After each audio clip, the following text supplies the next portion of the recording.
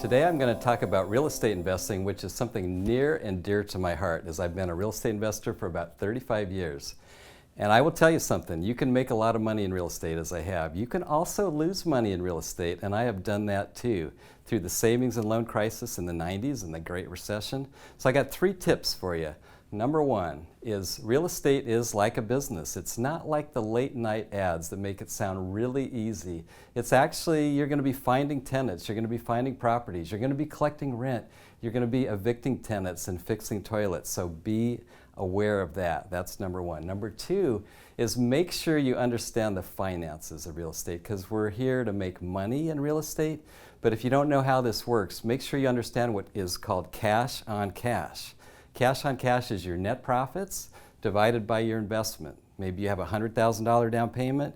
Your profits after all expenses, even the mortgage payment, $3,000 divided by $100,000. That's a 3% cash on cash. Realize different areas of the country have different ratios. Texas might be around 10% cash on cash. In California, you'd be lucky to be break even out the gate, so be aware of that. Which brings me to my 3rd point, is understand why you're investing in real estate in the first place. Because real estate can be a great investment to build net worth or to create cash flow. Very often it's not the same. Again, I'll go back to Texas. Texas historically has not appreciated that much, but the cash flow has been really pretty good, so you make your money through cash flow.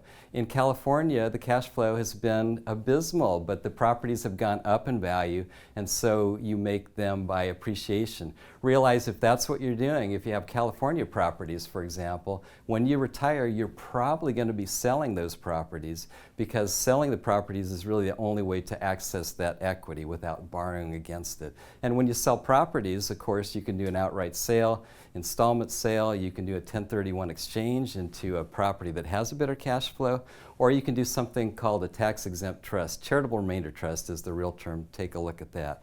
If you'd like some more information, look at purefinancial.com.